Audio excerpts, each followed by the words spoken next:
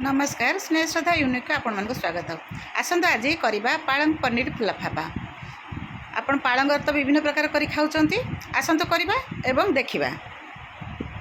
प्रथमे पालंग को मु ए चॉपर रे देकी ताको छोट छोट करिकी पूरा एकदम पूरा छोट छोट गुंड कला वाला कर देली।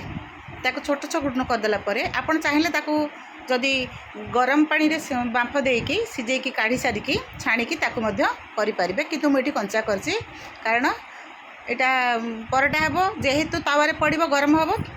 तापरे मु पनीर टाको एठी टिके ग्रेटिंग करके सरू सरू हेकी पूरा ताको रेटर रे कोरि नउछि। ताको कोरि हे गेला आपण माने देखंतु आपण चाहिले भी ताको हाथ रे चकटिकी भी मध्य करि परिबे। चकटिकी छोट छोट गुळा भांगी देबे। तापरे ताको गोटे बाउल ले नै गली। आपण घरे एटा करिवे निश्चय।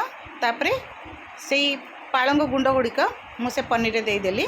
तापरे धनिया पत्र टिके देली। मु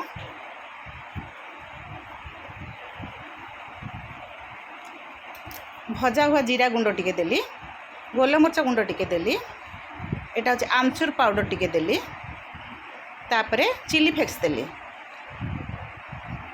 कंचा लंका गोटे काटिकी मध्य तादर देली। स्वाद अनुसार लुण मध्य हाफ चामच देली। तापरे आमे भल्ल कि ताको गोळै नै जिबा जेमती लुण एवं सबो जिंस तादरे समान भाव में मिसी जिवो। एवं मु गोटे चामच कॉर्नफ्लोर देली तार बाइंडिंग हेकी रहिया पई। बस ताको भल्ल कि गोळै गाळै कि ताको सेट करके ताको घोड़ै देकी टिके आमे ताको साइड रे रखी देबा। तापरे गोटे बाउल रे मु गोटे कप अटा नेइची एवं तेल टिके नेली गोटे चामच नेली। स्वाद अनुसार टिके लुण नेली। से गुड़िक सब हाथ में भल कि गोळै देकी तापरे अल्प अल्प पानी देकी टिके टिके पानी देकी आमे ताको गोळै नेकी अटाटा भल कि चकटी नबा। आपण जेउठारे देखुथांत मध्य वीडियो टी शेष पर्यंत देखिए। वीडियो टी केमते लागला कमेंट लगे निश्चय आमको जनइबे। ए परटा आपण घरे करी खाइबे। गेस्ट मैंने आसले मध्य करिकी तांको खुआइबे। तापर देखंतु हमर अटा चकटा रेडी हो गला। गुळा करके गोटे पेड़ी रे अल्प हल्का अटा नेकी मु ताको बेली नउची।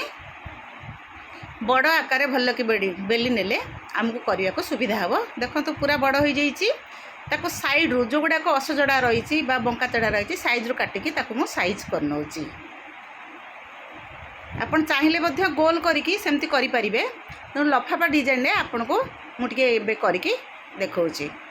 बस हमर हे गला स्क्वायर साइज इट हे गला रोटी बेलाटा। तापरे हमर जो पनीर मसलाटा करके रखिथिले ताको मझिरे मु 4-5 चम्मच भलिया देई देकी ताको हाथ रे साइज कर देकी लफाफा स्टाइल ले ताको मोड़ी देउची। देखंतु मु आगुरु टिके मैदा पानी देकी गोळै की रखिथिली मंड करिया पई।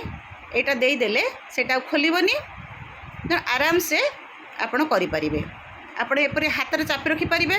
आ जदि बेलिया को चाहिबे हल्का टिके मध्य ताको बेली परिबे। सेटा गोटे रेडी हो गला। आ गोटे मध्य आपण को करिकी देखै दउची। रोटीटा को बेली सारी की मझरे पनीर मसलाटा को देई देली जोटा हमर प्रिपेयर करथिले। तापरे साइड रो एमती मोड़ी दउची। देखंतु डी साइड रो मोड़ी देला परे ताको टिके सही मैदा पेस्ट टिके दे देली कारण सेटा धरी रखिबो खोलिबनी अठा है कि सेटा हबो। तापरे आम ताको साइज रे स्क्वायर साइज कर देले। सेटा लफा साइज हितला एटा स्क्वायर साइज। तापरे गैस रे पैन तावा बसै देकी नॉन स्टिक तावा बसै देकी आमे ताको सेकी नबा। बे आग पछ ताको भल कि उल्टे की सेकी नबा। आपण घरे निजे प्रिपेरेसन करि परिबे। विभिन्न प्रकार परटा करी खाउचंती तेणु पालंग पनीर परटा करी खाइबा सहित आपण गेस्ट मानक करके देबे। से माने मध्य बहुत खुशी हेबे खाइबा को। आम घरे आम पिला मानकर बहुत फेवरेट एटा खाइबार। देखंतु तळ ऊपर भल कि आमे सेकी नबा। आपण वीडियोटे शेष पर्यंत निश्चय देखिबे। कमेंट रे जणैबे किपरि हेची। देखंतु गोटी परटा हमर रेडी हे गला। तापरे आमे आ गोटे जो बेली की रखिथिले सेटा मध्य करि नबा। तार साइड गुड़ाक टे कंचा भाया रोचे ताको एमती धरिकी ताको टिके तेरछे की तावारे रखीदबा। रेडी हो सेकेंड आम तावे पकई देकी आम करना देखो आमर परोटा रेडी हो गला।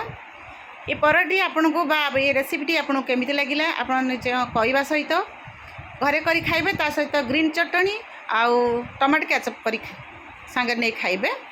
आउ काटी दउची मध्य देखंतु गोटे परोटा काटी देला परे ता भीतरटा देखंतु केते सुंदर देखा होची पनीर पालंगर